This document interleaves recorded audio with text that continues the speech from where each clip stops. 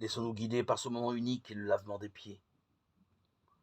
Dans la lecture de l'Évangile, on parle de la miséricorde du Père qui lave nos péchés, plus blancs que neige, qui envoie au-devant de nous ses serviteurs pour nous rappeler qu'il est le maître de nos vies, qui guette inlassablement notre retour.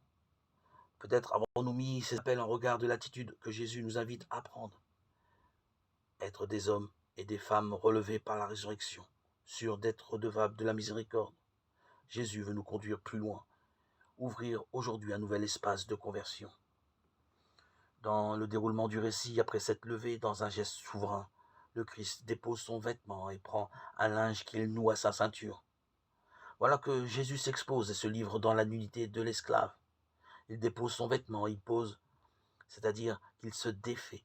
Il abandonne la sécurité du vêtement qui induit un rapport au monde, une manière de se situer, de parler de soi dans le non-dit de l'enveloppe.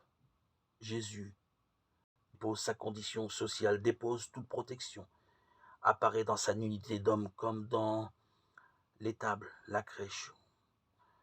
Il apparaît dans sa condition première de verbe fait chair, non de Galiléen, de maître à penser ou de rabbi, mais dans son être de chair, où se tient son être divin.